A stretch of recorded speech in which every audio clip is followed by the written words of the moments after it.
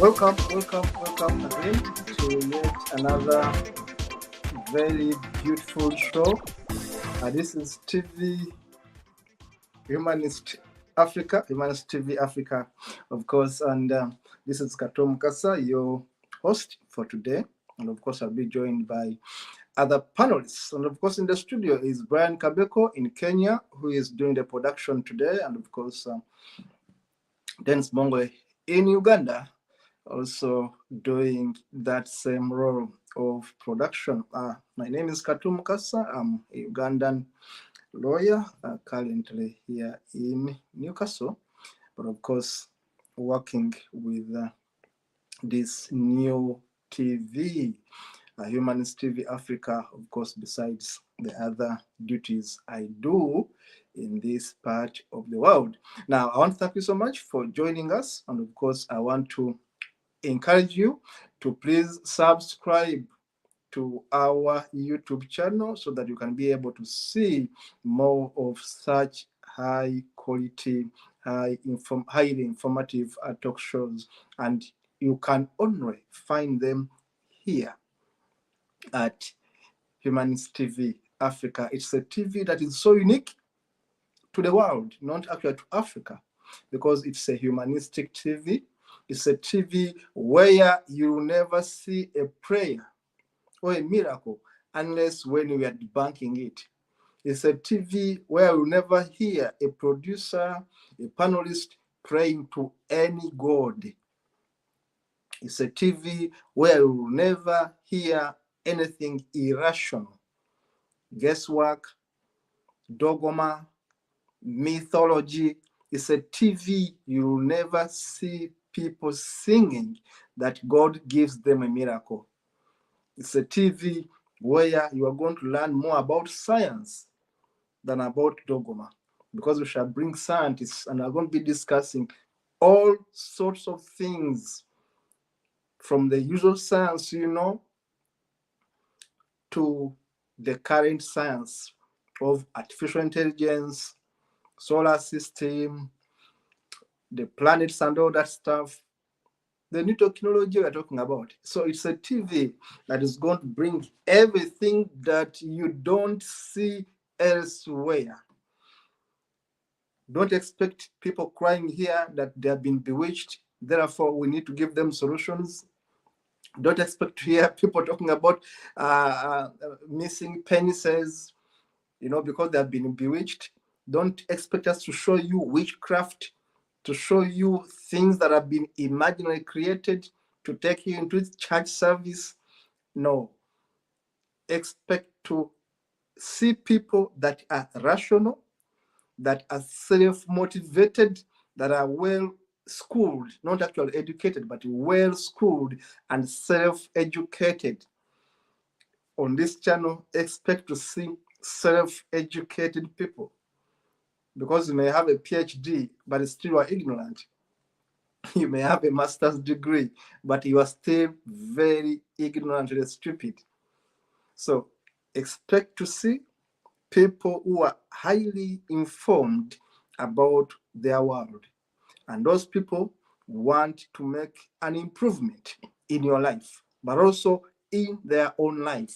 When I come to work with Humanist TV, I am bettering my life. I shouldn't tell you a lie. Even when I work as a volunteer per now, but I know that my message goes out there, and in one or another, my message will benefit you, but also it will benefit me, because I believe in the law of reciprocity. You give out, then you get. There is no way in life you are going to get without giving out. All my life, I've been known as a giver. I can give to the last coin I have in my pocket. That's me. But whenever I give, the law of nature blesses me and I get. Now, that's what I know about life. That even if you phone me with $1 and you need it, I'm likely to give it to you, and I'll remain with zero. But trust me, within days, I will get back that dollar 10 times more. And that's the law of nature, and that's the law of attraction.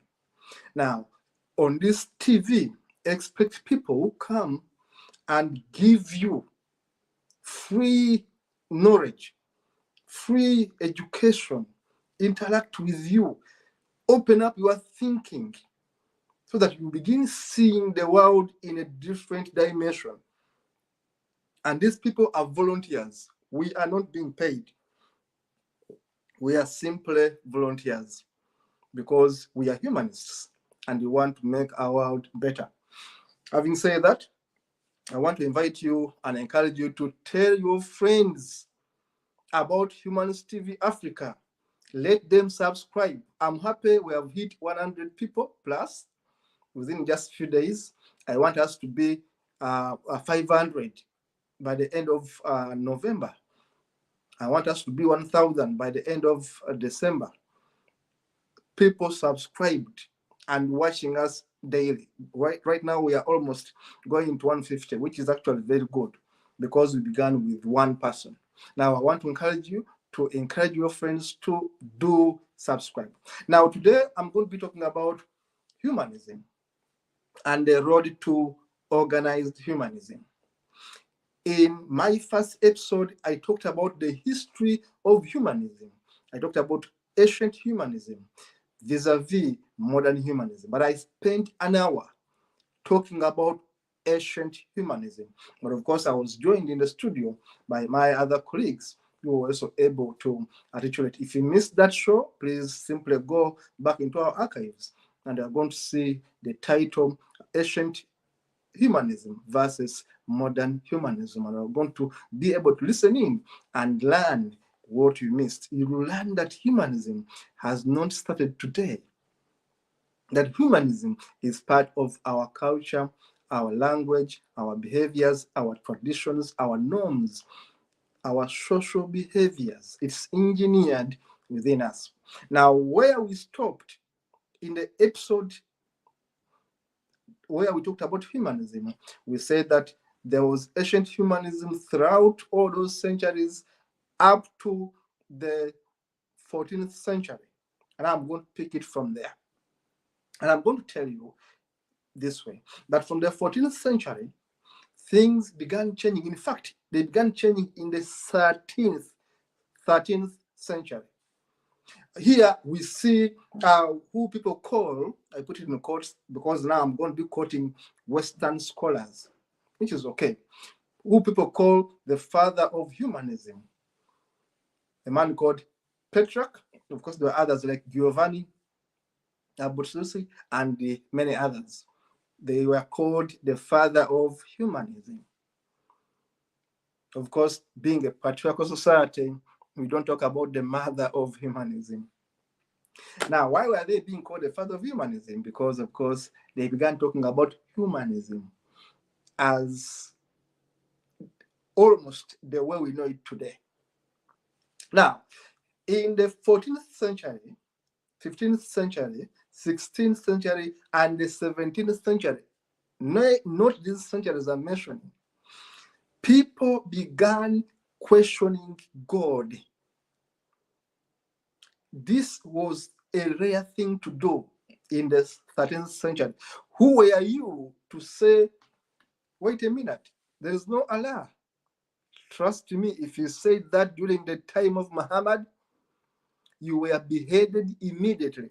Not only during his time, other 500 years after his death, people were still being beheaded for simply saying there is no Allah.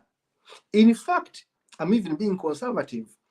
Until recently, people are being beheaded in some Arab countries for being apostates. As a lawyer, I've been a lawyer for apostates for some time in Uganda. I should say proudly that I've saved over 7 people from death in the Middle East. And I've helped some of them come over to Uganda and then go to safer countries. Why? That even up to now, laws on blasphemy, apostasy, denouncing Allah, as we hear it, me saying it as if it's so simple, but simply to say, wait a minute, I don't think there is Allah. And you are in these countries. You are in Iran, you are in Iraq, you are in Saudi Arabia, you are in Indonesia, and you simply mock Allah. Trust me, you are likely to be dead in the next 1 hour. Most of the time, the punishment has been beheading. You don't simply mess up. Now, you can imagine a people in the 21st century, the century of knowing, where you simply pick your phone and search the facts and get them, to find a people who think they think, but can still kill you for saying, wait a minute, I don't think there is a God. They'll say, what? What? That's an insult. Who dare you? How dare you? Who are you to say there's no God? Now, imagine if they can kill you today. What was happening 5 centuries ago? I told you in one of my lectures that Islam is never a religion of peace. And that one, I always speak it to the last breath. It has never been a religion of peace. It was never founded on peace and to never promote peace.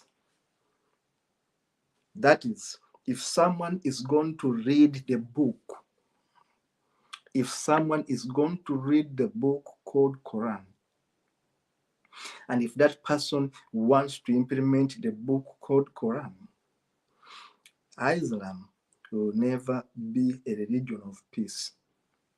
What makes some radical Muslims peaceful is because they live in democracies where their nonsense cannot be tolerated. That's why where they live in theocracies, Saudi Arabia and others, stupid theocracies, they will cut your head off because they follow their book to the letter. They'll simply ask you, you have fornicated, this is adultery.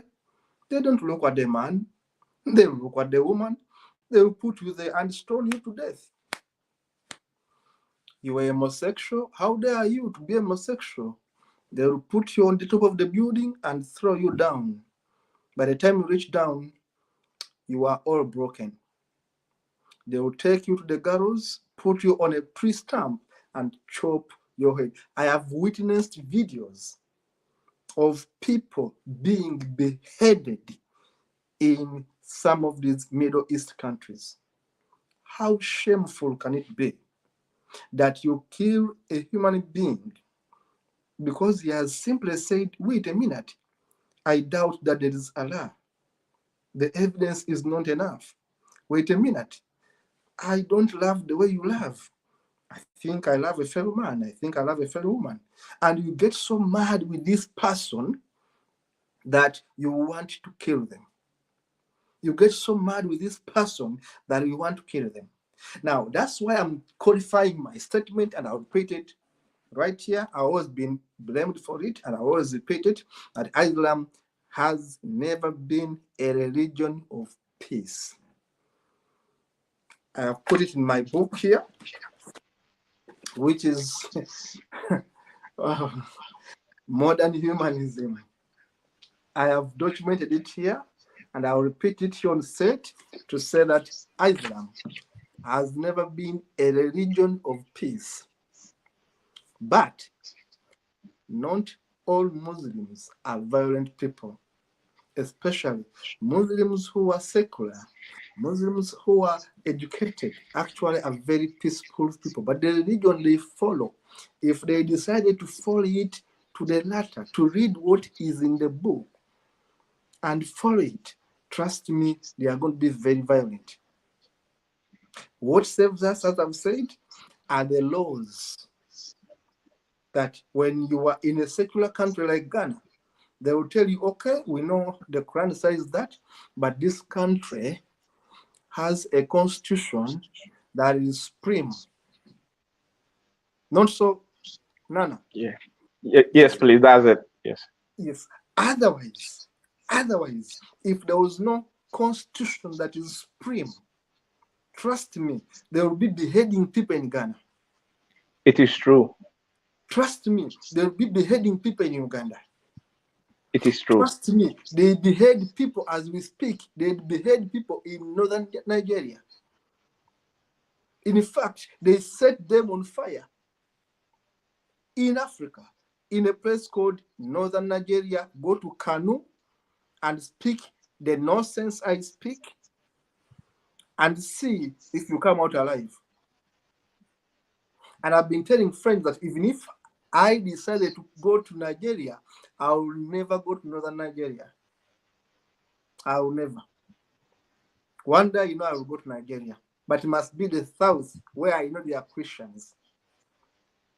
I will never step in northern Nigeria because with my profile, everywhere, I know they will get me and behead me. I know. Because that is what their religion tells them. And wow. And because I have seen them do it. There are many cases. The recent one was the case.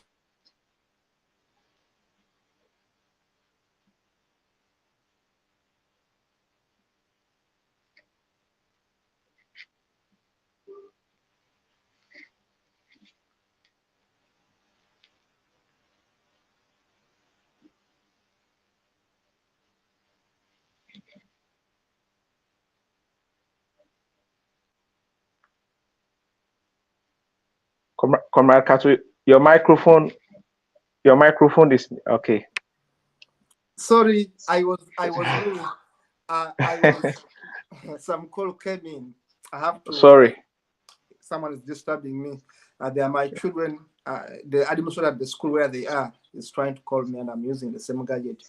Now, what I'm saying, I'm digressing, but it's so important for us to know that what I'm qualifying right now is that, in my view, what is written in the Quran promotes violence, especially when you deviate from what has been written there.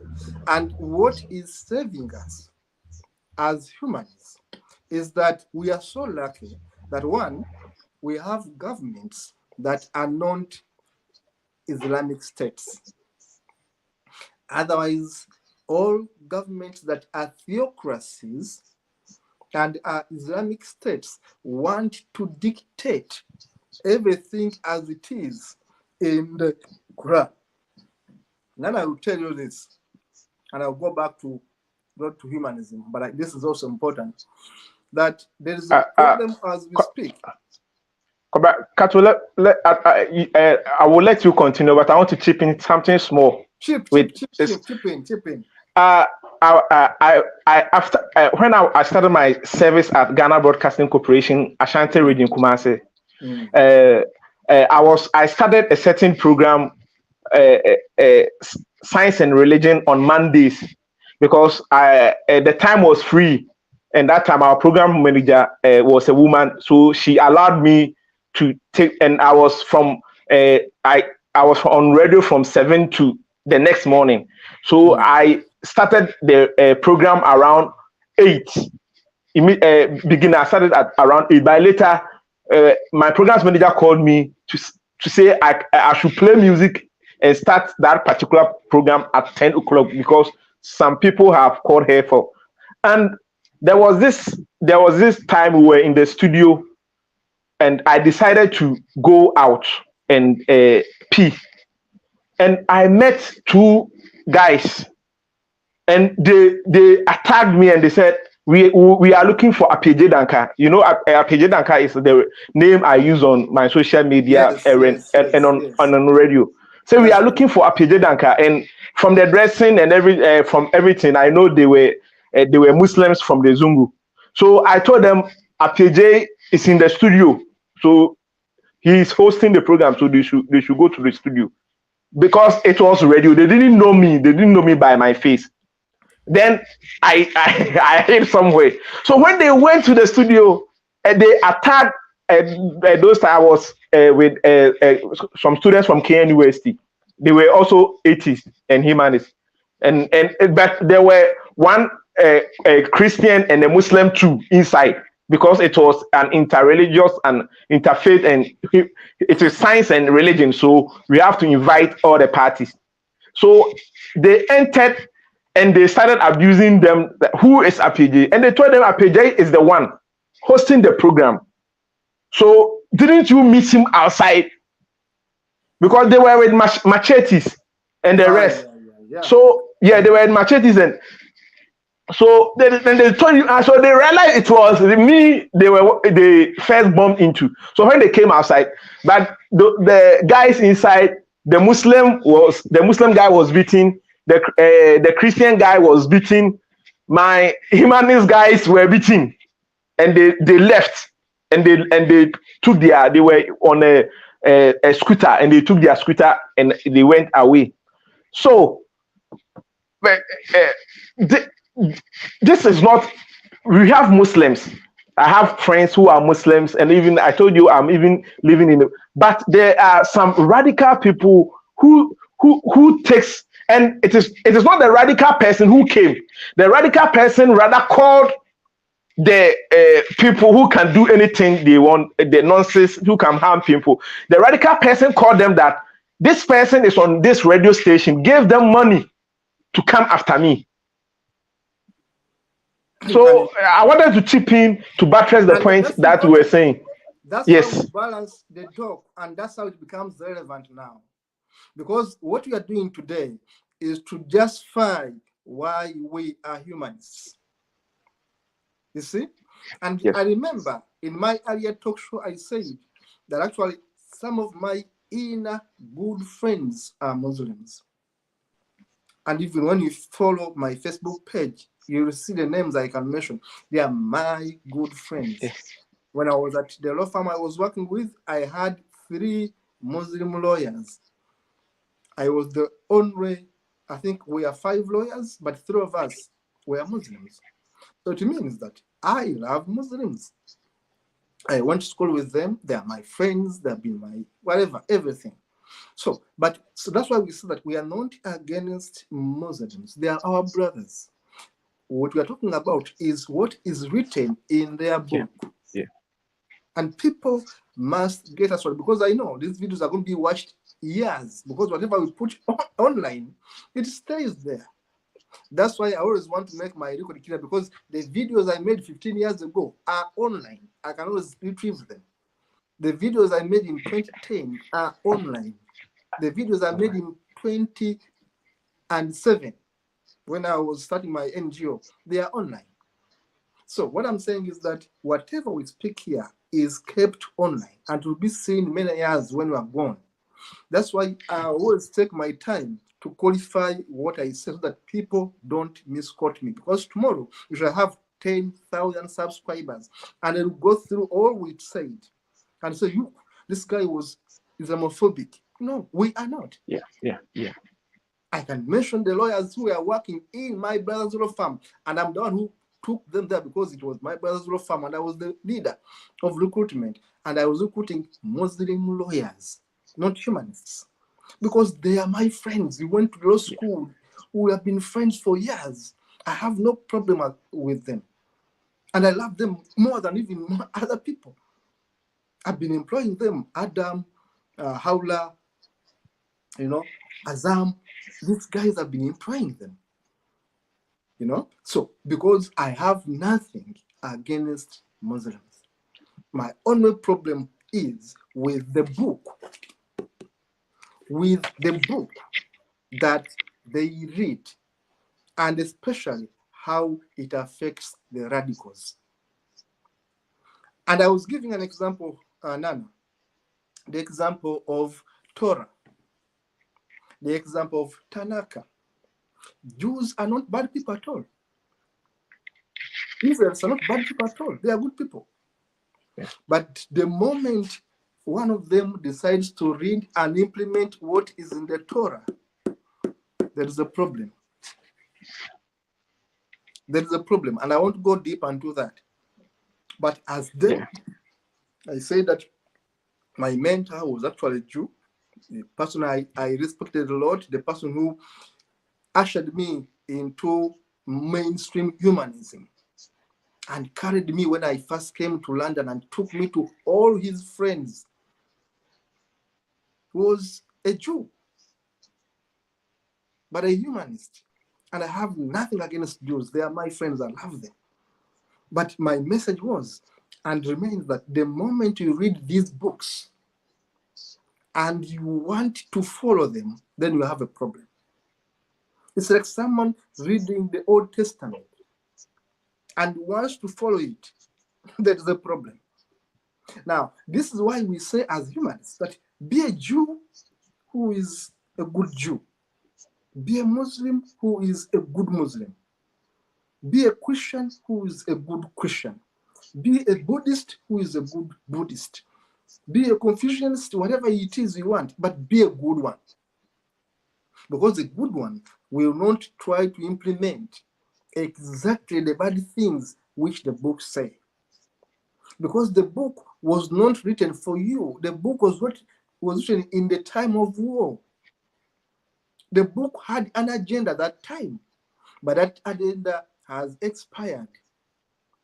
Because now we have UN, we have laws, we have constitution. There's no way you can behead me because I've said there's no Allah. Yet you would behead me 1,000 years ago. But today you cannot dare to do that. But if you want to do it today, then you are insane. Because you are applying an ideology which is expired. This is my message. I want to go to the world. That being a Muslim has no problem. Being a Christian has no problem.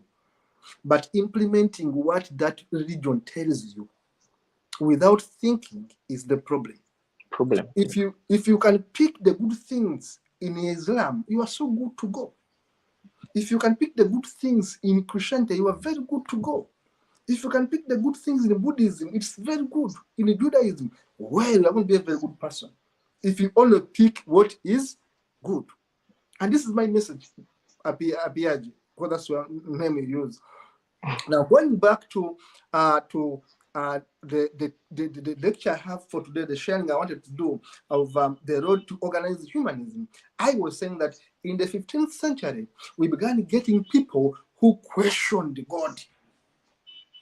And these people increased in the 16th century and became so many in the 17th century. Nana, I told you that the book which made me an atheist was written by Voltaire. And I've been repeating that for years. I've documented it in all my writings. And I always quote that book and I thank my father for getting me that book. The book is called Philosophical Dictionary. It was translated from French to English because I was reading the English version. Otherwise, Voltaire wrote it in French. But that guy dismantled Catholicism. I was about 13, about 12, 13, 14. I read the book like a Bible for years because I couldn't believe that someone could attack the Pope. And attacking the Pope in those years, it was unheard of that someone could attack the Pope, the head of the church, that someone could go against the priests, that someone could write in a book and say, religions are fake, there is no God. Voltaire said so. Voltaire inspired a revolution, the French Revolution. Anyone who reads history knows this. One man is writing, of course, plus others like Descartes and others, but the books of Voltaire inspired a revolution. Because the man turned the clergy upside down. Now, when I read his book, I said, what the hell is this? This is what this man was saying? And my father gave me the book, and I was like, this is the best book I can get. You know, I keep it up today. I left it at home in Uganda. Up there, I always call them, is my philosophical dictionary safe? Because I love the book. The rats have eaten it. It's almost in pieces now. Very old. But I love that book because that book opened my eyes, because the guy bashed Catholicism, and I was like, give them the fire.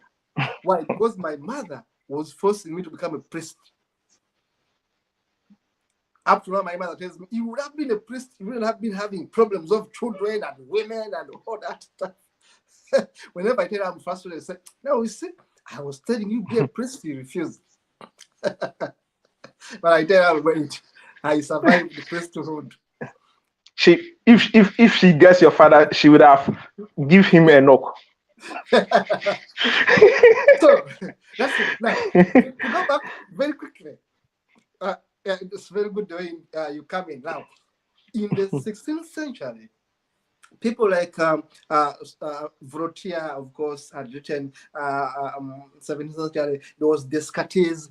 There was, of course, Isaac Newton coming in later on. There was Adam Smith here in Scotland writing very well, The Wealth of Nation and other books. All these were questioning the philosophies, you know. There was Huxley, H.T. There were Karl Marx, the guy who touched my heart and soul. Yeah, come on. And I called myself a Marxist. Marxist, yeah. And when I speak about Marx, people hate Marx, but I tell them, I love that German guy. Give me Marx. Give me Marx anytime. And say, you're a Marxist, you're a communist, you're a separatist, whatever they call it. Bullshit. I loved Marxism. Marx, yeah. And I was a teenager, but I was so lucky that my father would buy books. I read Marxism. I read Marx. I say, Karl Marx was my man. Because the man was dismantling greed. Yeah. And the man was showing how the church, how capitalism, how slavery was being championed by greed. Yeah. And people hate Marx, but Marx was factual. People hate Marx because Marx bashed capitalism. I own property personally, private property, yes, but I hate capitalism.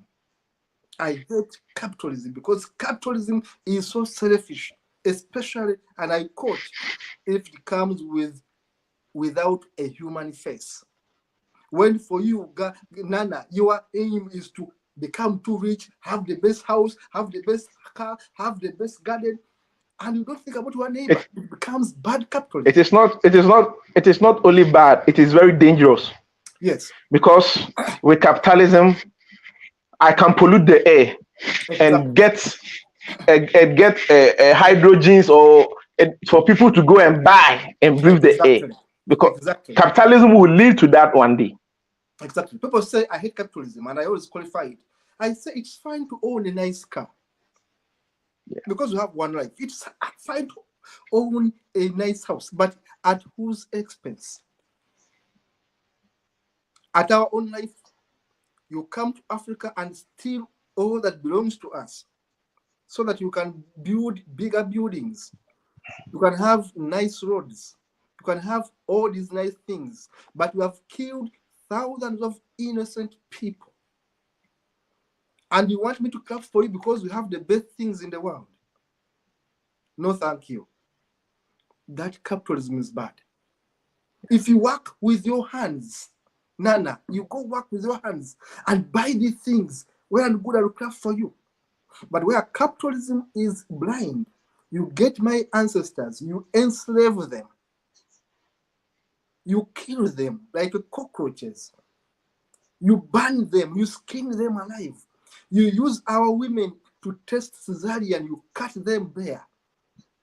You don't think they feel pain because for you want to have a scientific discovery. You cut people's stomachs and take out organs.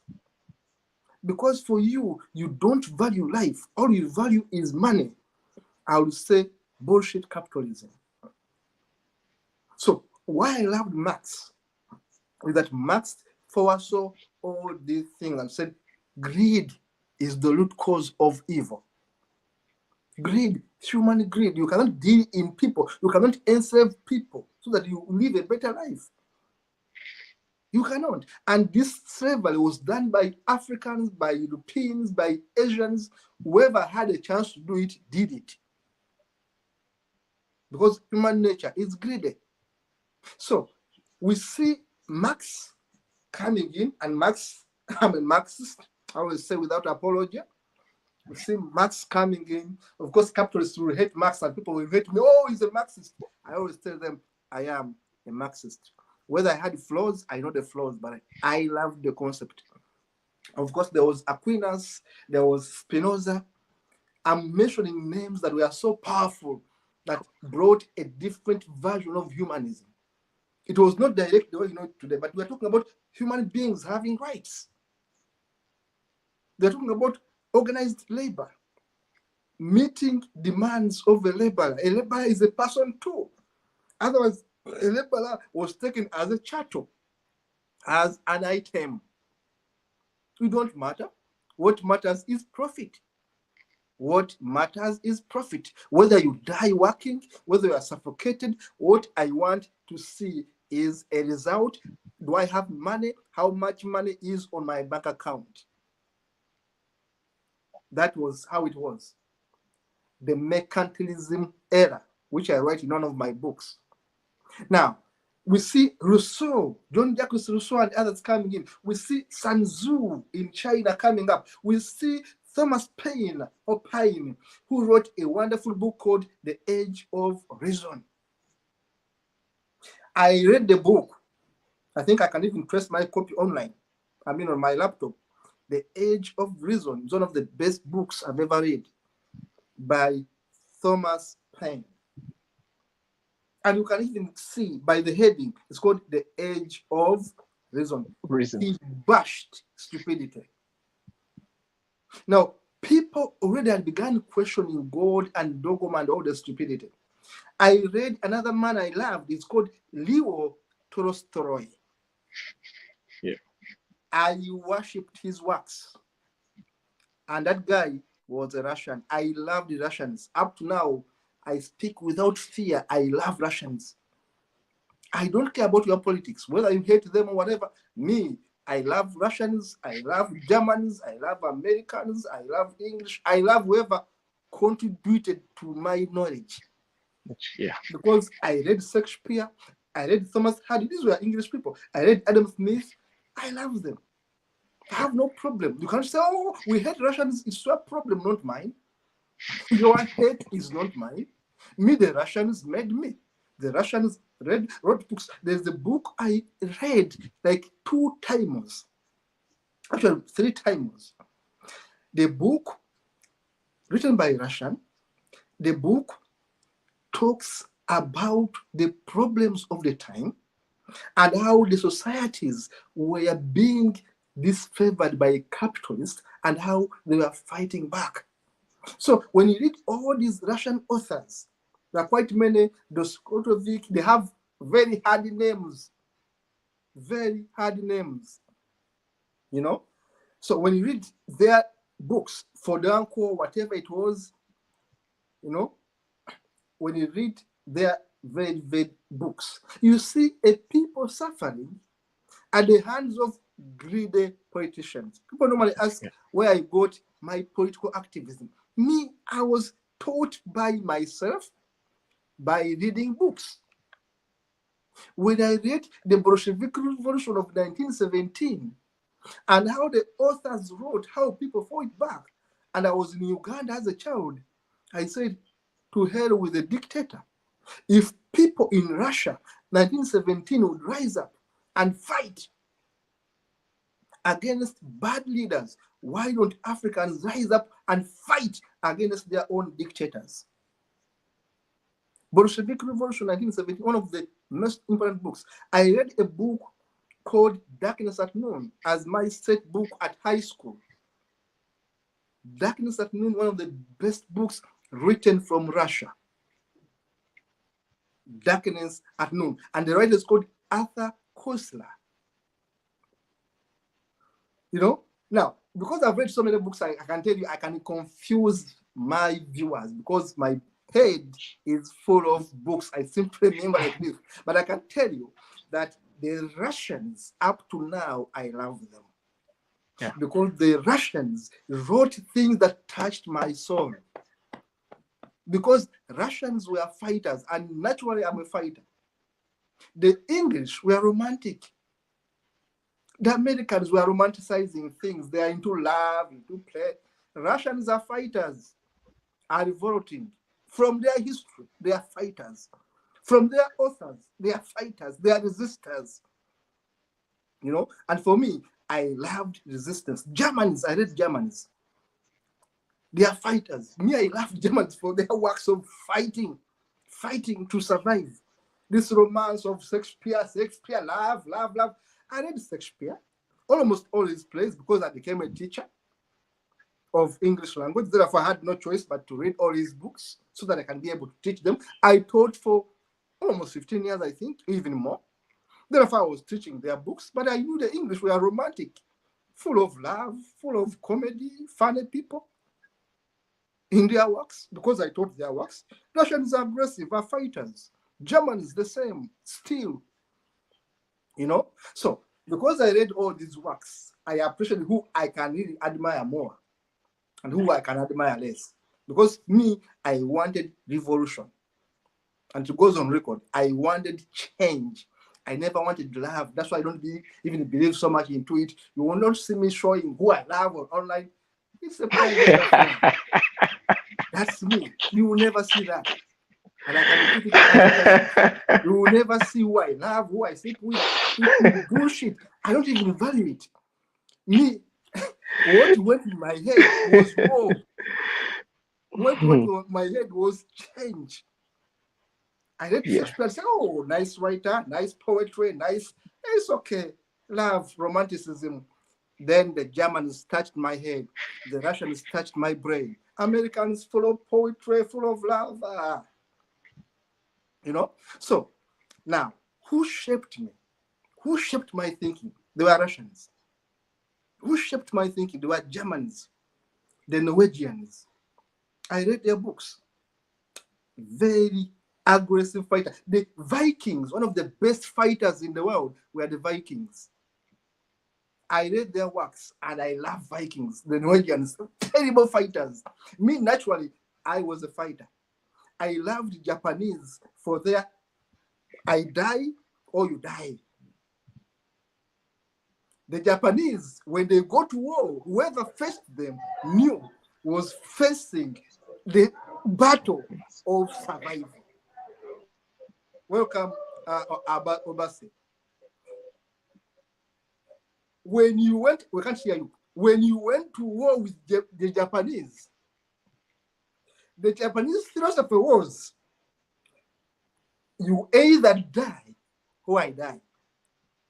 The Japanese never believed in surrender. Never.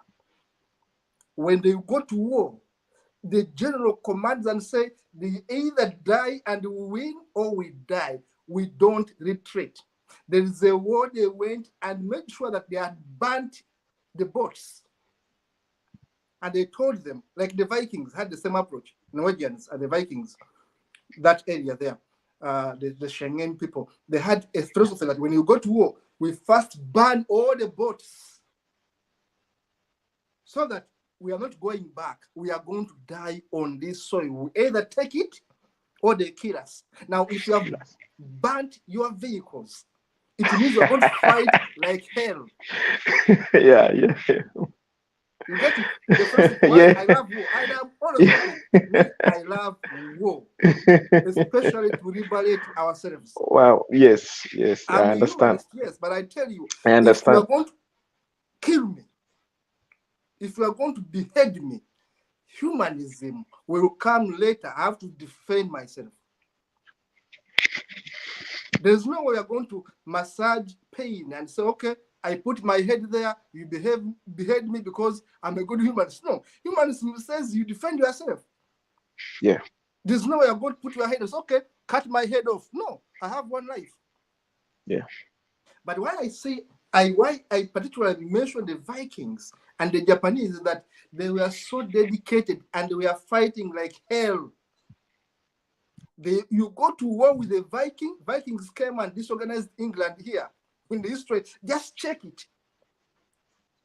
They went to France and disorganized France.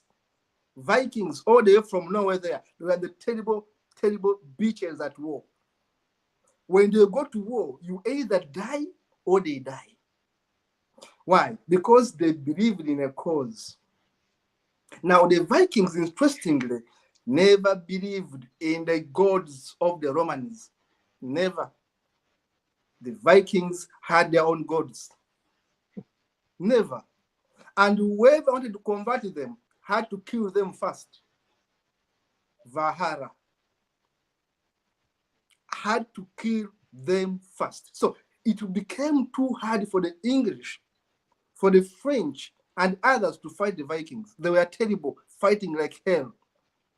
They were very terrible. Now, when you read their history and appreciate it, you see their gods different from their gods there. That's why, as we speak today, most atheists are in the Schengen area.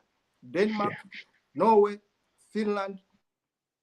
I've been lucky to go to those countries, but I can tell you can research it. And interestingly, Sweden, these are the most peaceful countries. Yeah.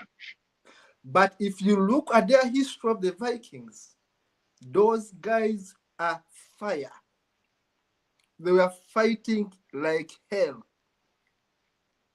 Now, and I said the Japanese, the Vikings, Schengen area, the Dutch, the Danish, the Finnish, the Norwegians inspired me when I was reading their history because they were the best fighters you could face on any day. And you regret why you came to face them.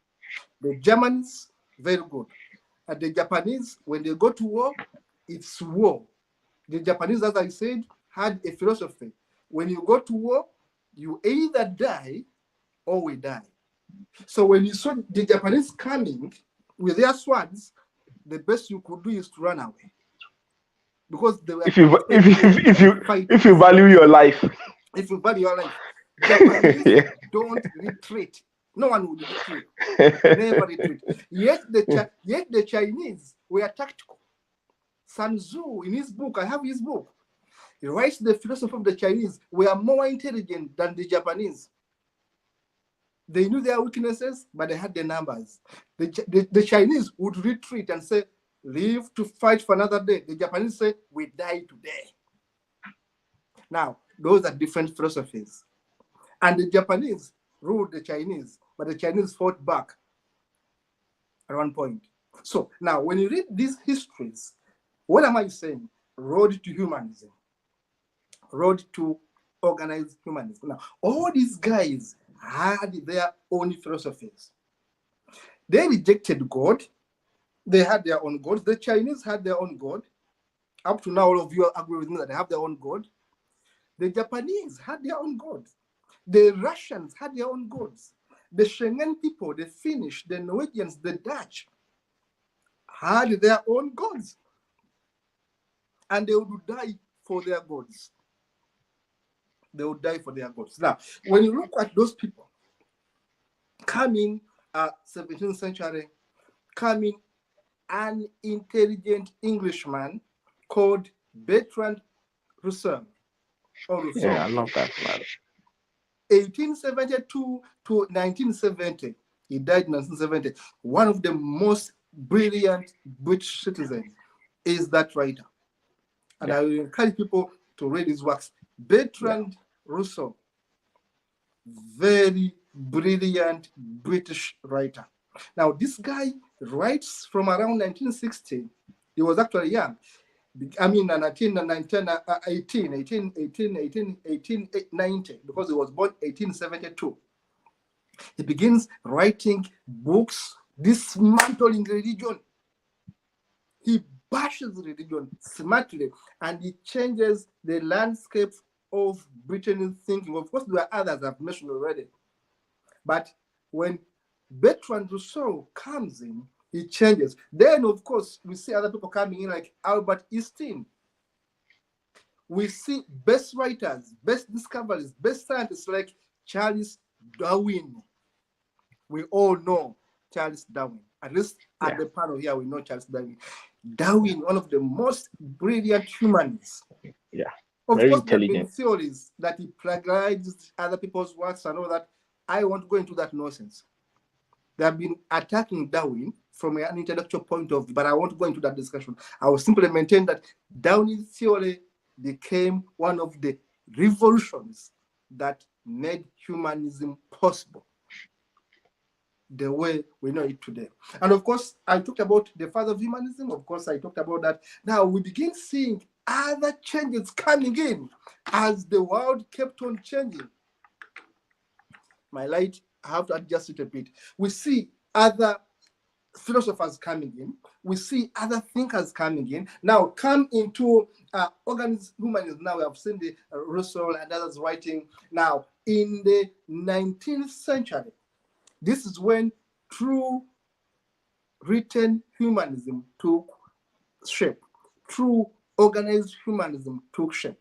There were universities all over Europe that began talking about humanism for the first time in the 19th century.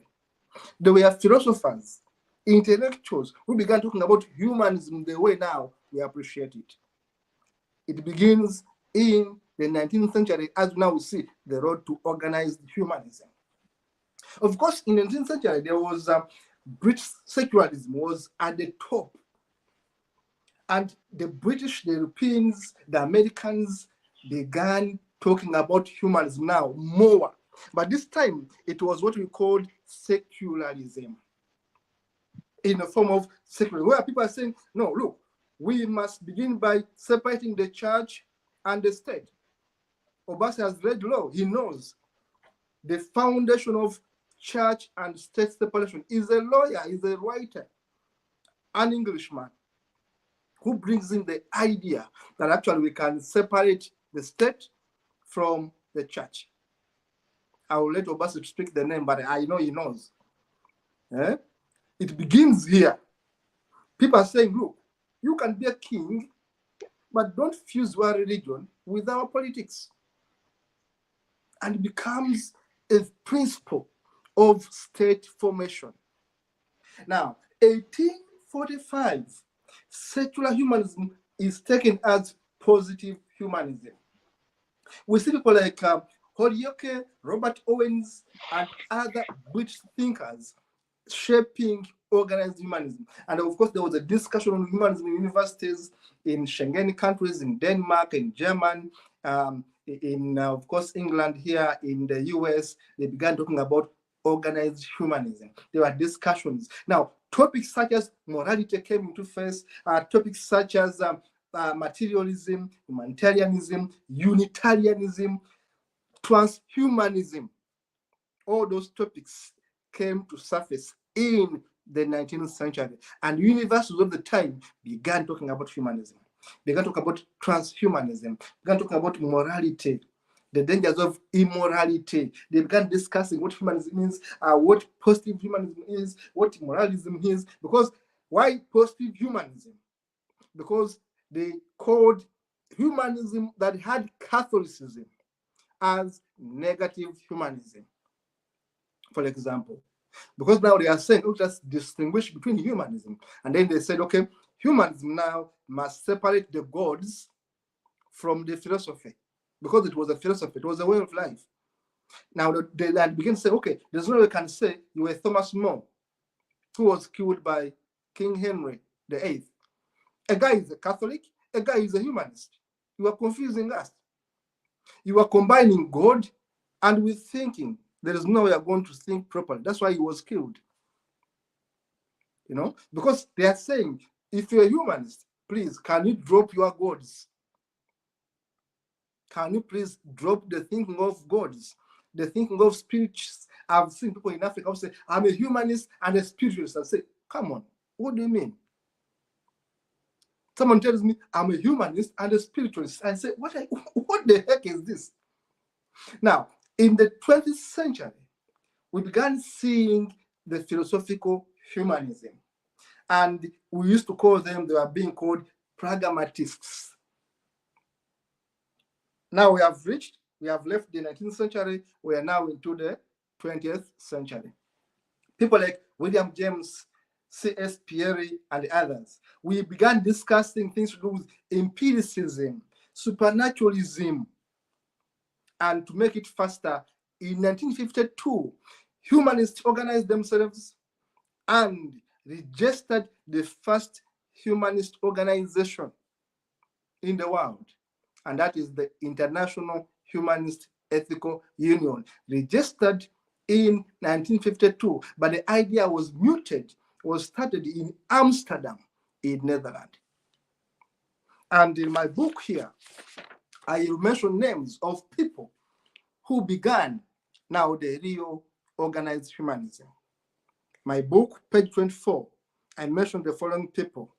And one was H.J. Blackham. Two was Julian Huxley. Remember, we talked about Huxley, but now this was another Huxley. And then the other one was Jaap van Praag, who was Dutch. Those three started organized humanism. The year is 1952. And of course, here I write and say they were later to be joined by several other members, and they began to form a global union. It was founded in Amsterdam, and it is now a very strong, vibrant movement. Now, I've now brought you to where we are now. Organized humanism moves all the way from people questioning, from people bashing, from the volunteers and others, from the Marxists and others. All of them have ideologies. It goes into universities. Now, these three guys I've mentioned sit down in Amsterdam and say, but can't we have an organized association? Can't we be more orderly, more organized? You get it? Now, 1952, IHEU, which is International Humanist Ethical Union, was begun. And I should also tell you, of course, I've been saying this, that it was mainly, I don't want to use the word white, but I'll use it for now. It was mainly a European American affair. And I always say that I was the first Black man elected on that board. On that board, which was started in 1952. Wow. Now, and of course, I was elected to represent Africa, and the year was 2017 and 16. So now you can see the history of organized humanism. And of course, you remember I came to your country in 2014 December, because my role, because I first became a chair for Africa before I became a board member. You see, sometimes we have to go through the ladder.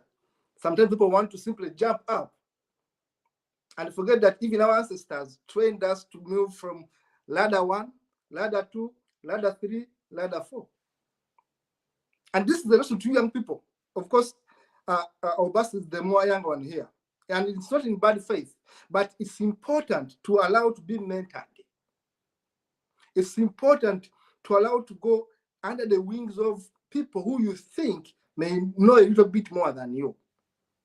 That's why you see I mentioned my Jewish mentor, I mentioned my Norwegian mentors, my American mentors, my British mentors. I was so lucky to have so many people I was looking at.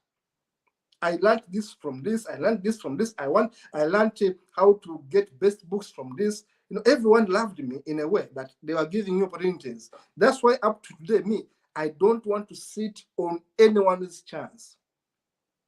That's me. Why? Because the world was never selfish when I was being mentored. I was welcomed, I was helped, I was supported. Whenever I could come in England here, it was like I was home. I go to America, I go to Norway, I go to Netherlands, I was like at home. People welcomed me, people took me in their families, people made me feel at home. That's why up now I say, when I see people who are racist, I say, what's wrong with you? For me, who you call white people have treated me well. I have no problem with them. Why? Because they are humanists. You get it? So when I hear someone say, whites are bad, I say, wait a minute, which type of white people are you talking about? Because at least for me, those I've worked with, I was a darling before them. They respected me. I respected them. They took me in their homes. I was the only black person in their homes, and they never treated me badly. What made them do that? Because we are humanists. That's why I can come to a person's home and I will sleep without worrying that someone is going to cut my head off. Because I know this person is reasonable to let me sleep. This person is reasonable not to give me poison. You get it? And this is why I always say I want to dedicate time to talk about humanism, because humanism is the only philosophy that makes us human beings, to me. Because the religion, even itself, someone said, I'm a Christian, you're a Muslim, you must be bad. See, this is the board I'm talking about. Thank you, Brian, for bringing this photo. Thank you so much. This was got, I think I were either in America when you took this photo or in Scotland. I'll try to remember, but I have so many from different workshops. You can see, and I can point out that in this photo, there are all continents represented. And all countries that made Pakistan, of course, Africa, Norway, America, Peru, of course, there is Belgium here, there is Nepal there, there's England there, there is Netherlands there, and Pakistan. See, that was the team I worked with. And of course, I had a new team because I was there for 3 years. Of course, members could change. I have other photos when I have other members, not actually these ones, apart from a few. Now, this is when I was working with Humans International, and I was able to travel places, meet people, make connections, go almost all the corners of the world as an international humans leader who represented Africa. And I should say, that is the road to organized humanism. We began, my work by then was to make sure that we register as many humanist chapters across Africa as possible. And by the time I left, I had registered over 20 chapters in Africa by the time I left. And Ghana, when I came to Ghana, my work was that anyway. Apijay Danka or Nana Kufo will bear witness. The time I came to Ghana, you were not registered. Let us now go back to the studio. Nana, I should say this again, that by the time I came to Ghana, you were not yet registered. Okay, actually, I'm not the Humanist Association of Ghana. I'm not a registered member. No, I'm not saying you. I'm saying yes. the organization. So I didn't even know about that. That's why I'm saying still I'm not a registered member. Why I'm saying it online?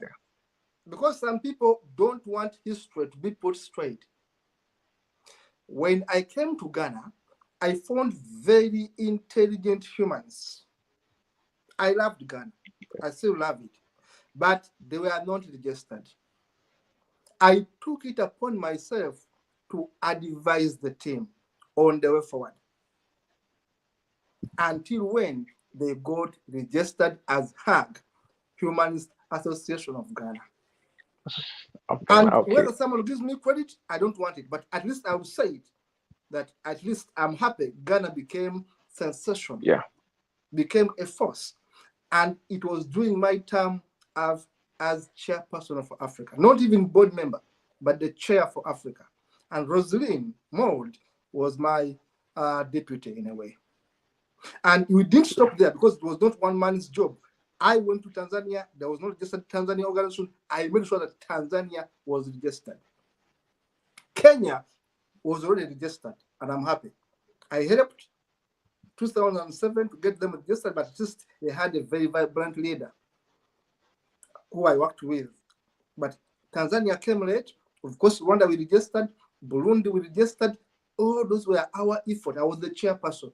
My role was ensure that many humanist NGOs start up in Africa, but also they get registered. So that's the fact. No one will ever take away from me. It's a contribution. I feel I'm happy I did. I traveled the countries in Africa. I made sure that humanism was getting organized. Because the topic today is the road to organized humanism. So I went to these countries. I was in Rwanda, we went to Burundi, Tanzania, these countries. I was in Kenya several times. I was in Ghana. I went to these countries. I went to Ethiopia. I went to do my work. So, and this is how we got organized. But I have to conclude on this point that it does not mean that we are not humanists. It does not mean that there were no humanists in Ghana. There were many intelligent humanists in Ghana. In fact, when I went to Ghana, many of them were highly educated.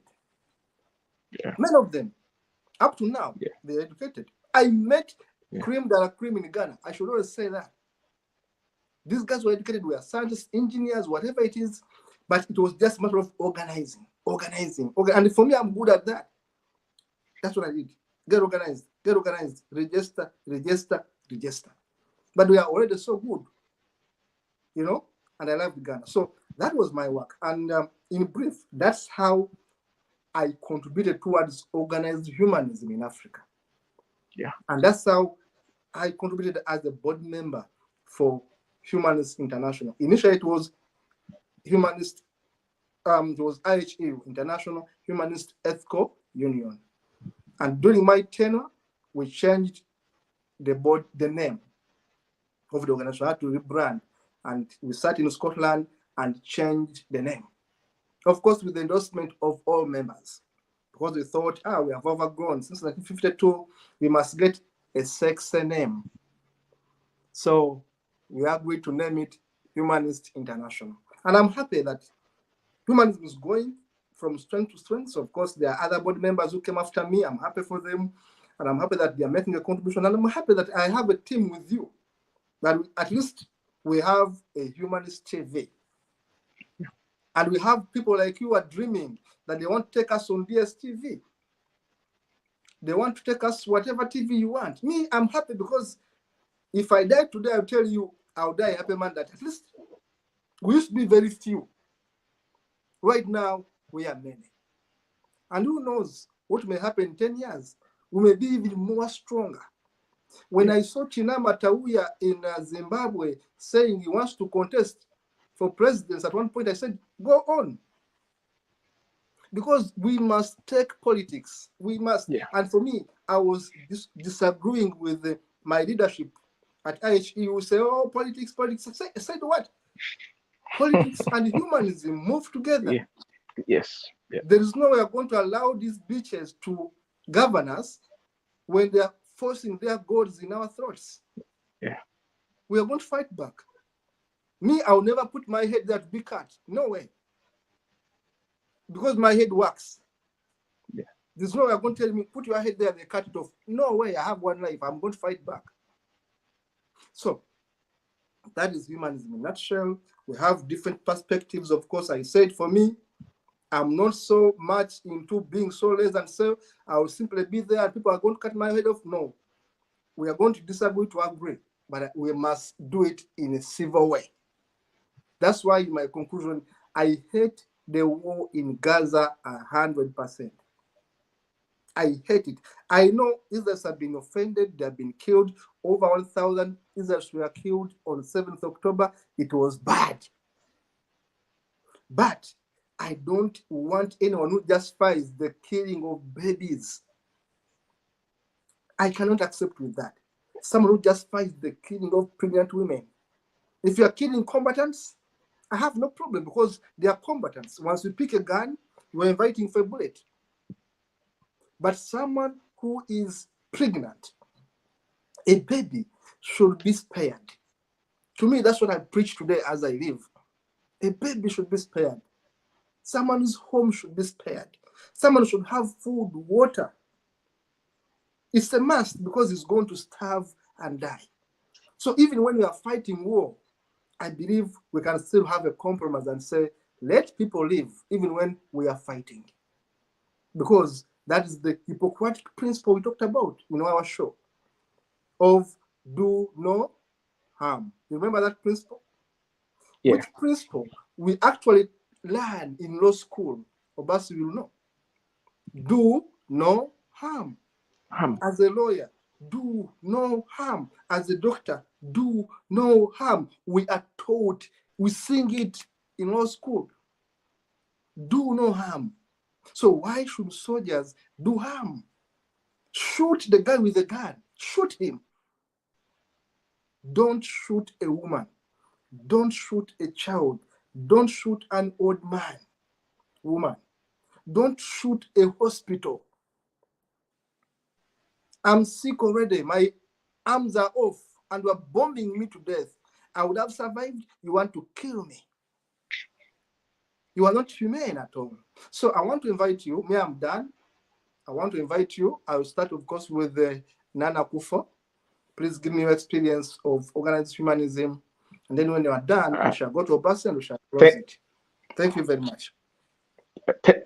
Thank you, Comrade Kato. And I think you are the right person to talk on organized humanism, especially in Africa, because the passion you have with humanism is beyond imagination. And for someone like me, I'm always full. Like maybe if you have observed, when we talk about humanism, sometimes I shed some tears. Yes. And it's the passion of is the passion behind humanism, because if human beings understand humanism, this world will be so simple for all of us to fit in. And you mentioned names earlier about Roosevelt, about Karl Marx, and about this British Isaac Newton, Adam Smith, the evolution. I've forgotten his name. Charles Darwin. Yeah, it was the same. I haven't read much about them, but the few things I've read about them through the internet, because I was lucky. I'm alive in the age of internet. Other than that, I wouldn't have know anything about this, because as I earlier told you, there is no book about humanism, about scientific. There's no. I haven't seen. I've been to libraries, Kenya University libraries, and there, of course, you will tell. But who is going to tell you? Who is going to mentor you? Even teachers, professors who teach philosophy, who teach socialism in our schools are Christians. Some people even begin socialism philosophy with prayers and will tell you this is for academics only. Don't take what I'm telling you, because I went to Christian Service University. Most of the lecturers there were priests, and at Christian Service University where I went, you won't find Voltaire book there. You won't find Tolstoy book there. But part of the courses we did sociology. So with me learning, I have to come to the internet to learn about sociology. That was the more reason I found out about all these guys you were mentioning. So it is intentional. Our schooling, our education system, the government, it is intentional. That's why when you said humanism goes along with politics, we have to indulge ourselves in politics. Right now in Ghana, I don't belong to any political party, because I don't. There is no political party that have the right humanism principle that to propel me to come and support. So I vote, but I don't belong to any, because I have to be part of the people who choose the president.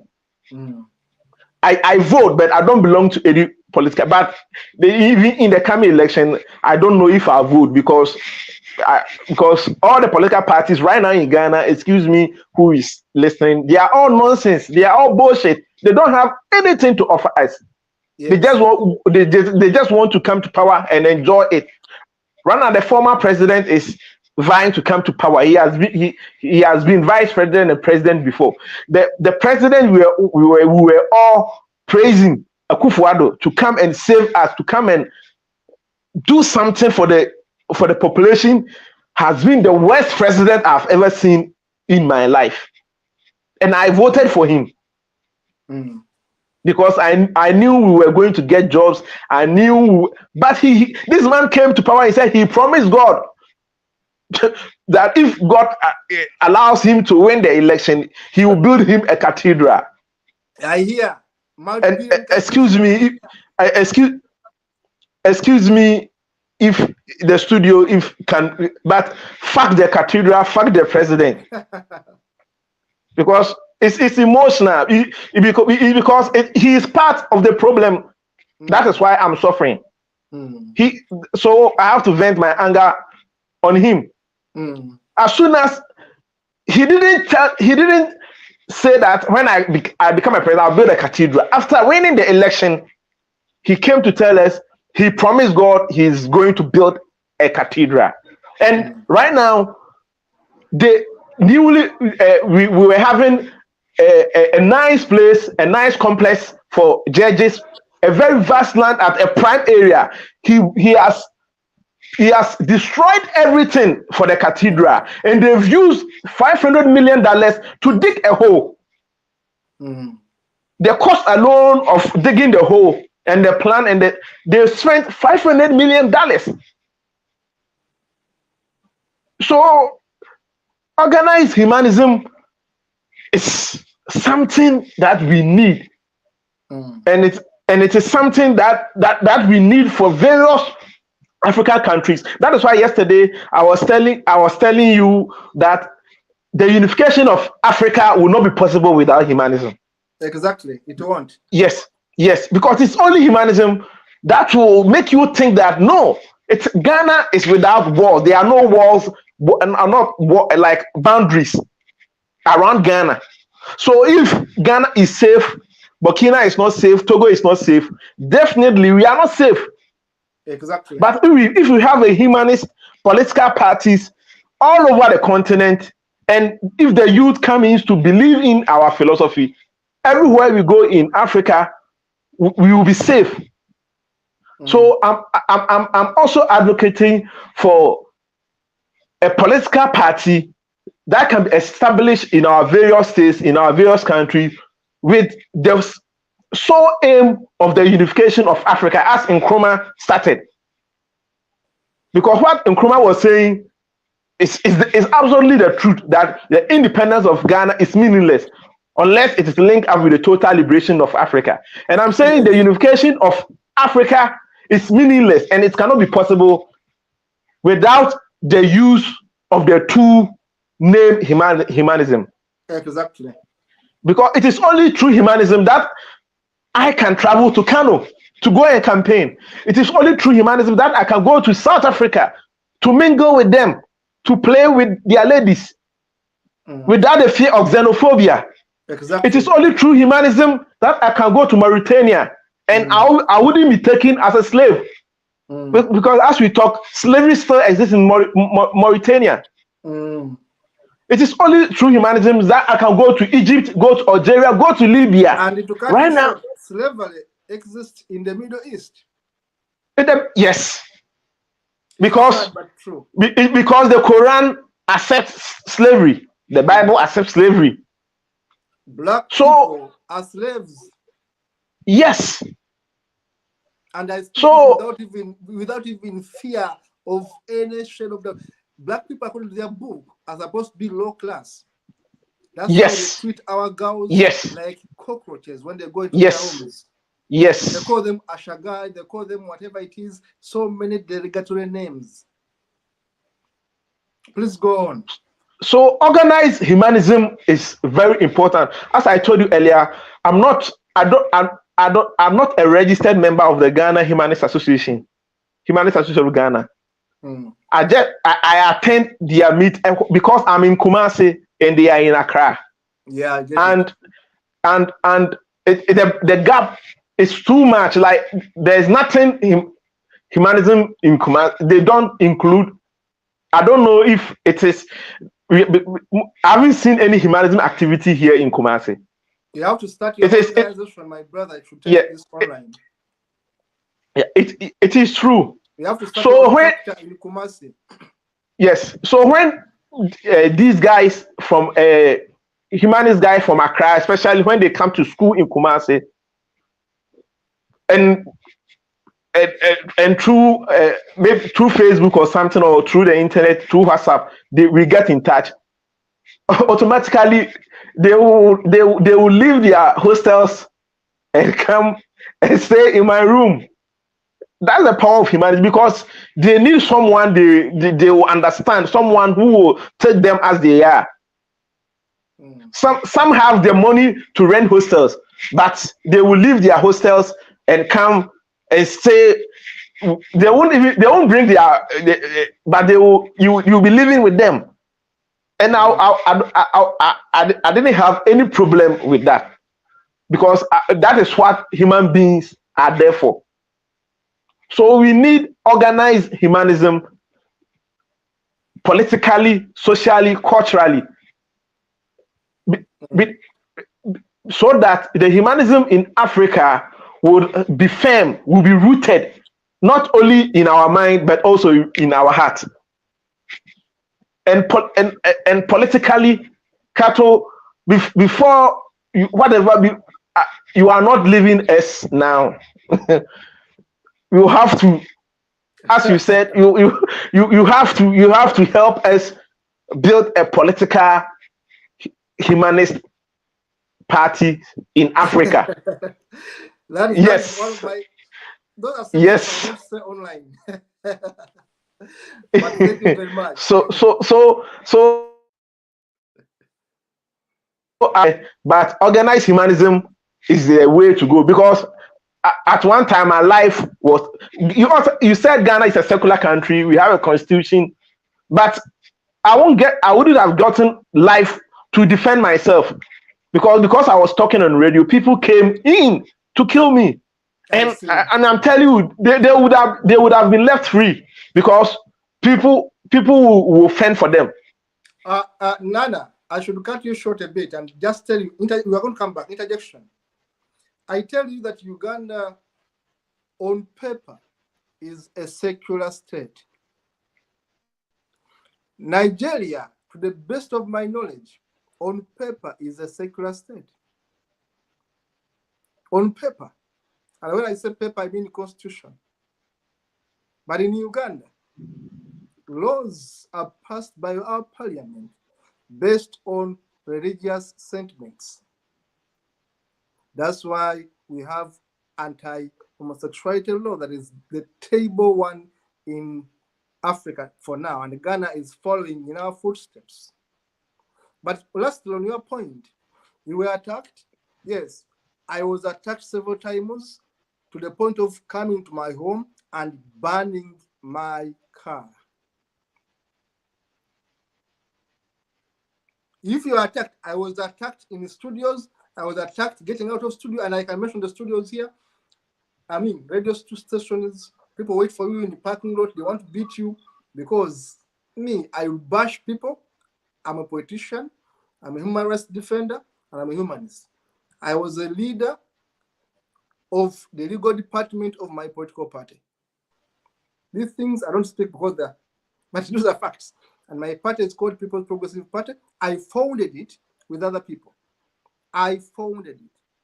And I'm registered among the first 50 members of that party. And we are represented in parliament. Our party has people in parliament. Okay. And I am, until now, unless they voted me out yesterday, the legal officer of that party.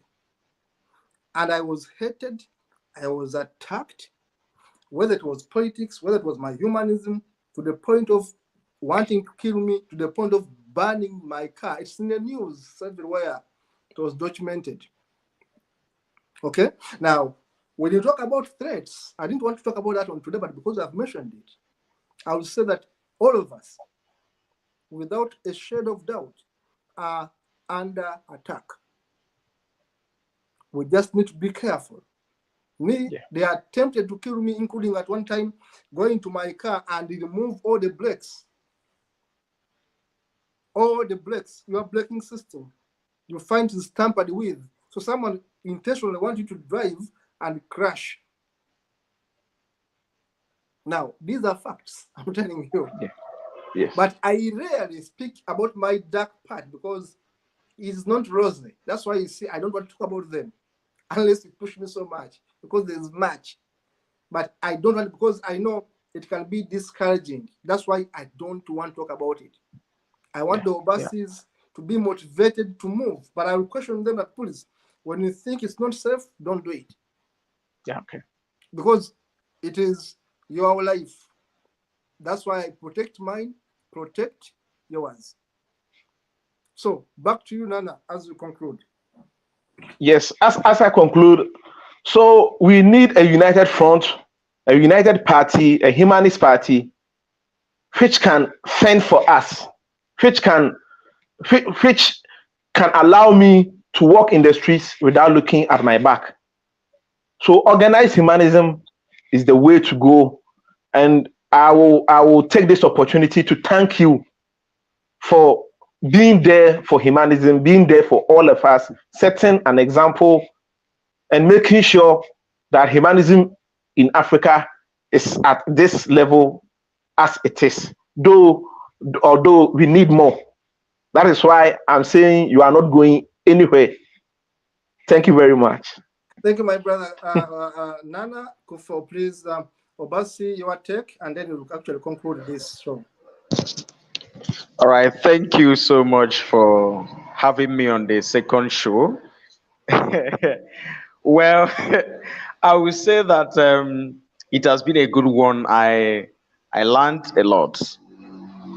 It was educative both to me and to the listeners, to those watching us. You will actually learn a lot from this session, as usual. It has always been an educative session for us, the panelists, and also for the audience watching there. Well, you have said it all. Comrade Kato, my senior counsel, say, took us back to the history of our various routes to organize humanism. Wow, which is so captivating. However, having said about the history, how we got here, I want to now look at, we have taken that lane to this extent. So I want to now suggest how we move forward. Yes. And that this is part of the ways to move forward. This is part of the ways. This Humanist TV is part of the Exactly. strategy. It's part of the ways, part of the road to a better organized humanism. Yes, like he rightly said, it's another valid point. There is one thing about putting up something in the papers, and there is, anything written on the paper is just a passive, it's just passive words. But what gives it life is activists, Yes. advocates like us. Mm. So they may write their secularism on paper. Yes, in Nigeria, Section 10 of the 1999 Constitution says that our country should be a secular state, that no religion should be seen as a state religion. That is Yes. what is written on the Constitution. But in practice, you see Sharia law, Mm. you see Christians dominating the southern part of Nigeria, you see Muslims dominating the northern part of Nigeria. That is not secularism. Mm. But if we sit back and, clamor without taking action, everything will remain the same. But this is the step. We are making it a clarion call through a better organized humanism to tackle some of these things. And how do we tackle it? We don't tackle it by merely talking. We have to take proactive actions. We have to take proactive measures. And I give credit for us to have started this, though it's a good but a little beginning. It's a good but little beginning to have Humanist TV. It shouldn't stop there. We should spread our tentacle, incorporate more shows. Like I was suggesting with my aides, part of my team. I told her that if I have the resources, I could get a gifted singer to sing a blues that reflects, or sing a hip hop music that reflects humanism or that is purely secular. You know, it's not just Mm, in movies. Here in mm, Africa, even mm. our hip hops tend to promote religiosity. Exactly. Yes. So I wanted to get a neutral musician to sing and do a video so that anytime we are, because I want us to make this TV so lively so that anytime we are not on the show, we can, you know, put the video of the song live. Or we can Mm. actually, yes, work on a caption with the music if she has not done the video. We work on the caption, put her pictures, put our names and everything. It will just be playing. I agree, Obasi. We are losing you. I don't know whether you're hearing me. Nana, do you hear me? I can hear you very well. Yeah, Obasi, we lost On you, next of show. course. It's also Yeah.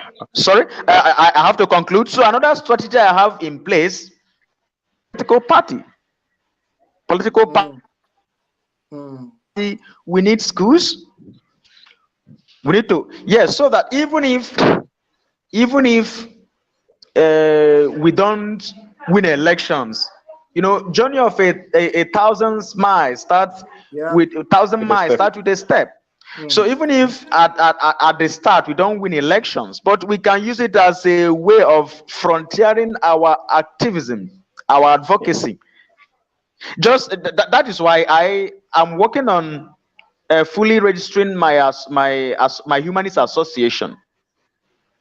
Yes, I wanted CSC to register it as a HACO, Humanist Advocacy Consort, but they mm. rejected the name.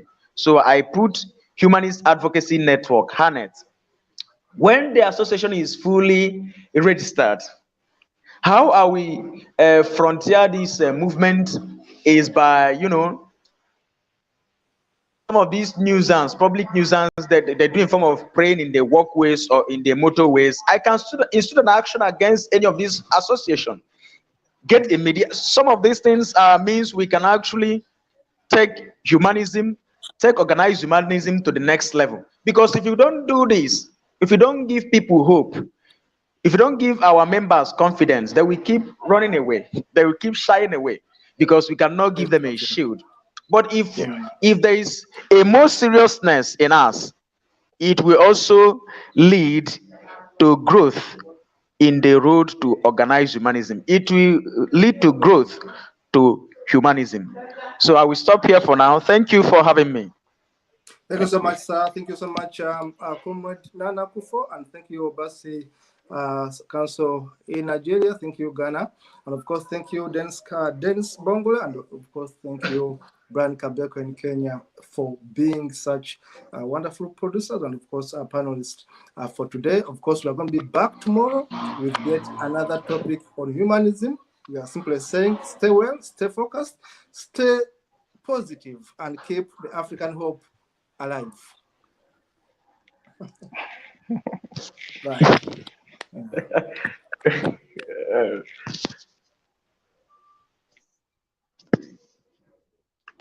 Thank you.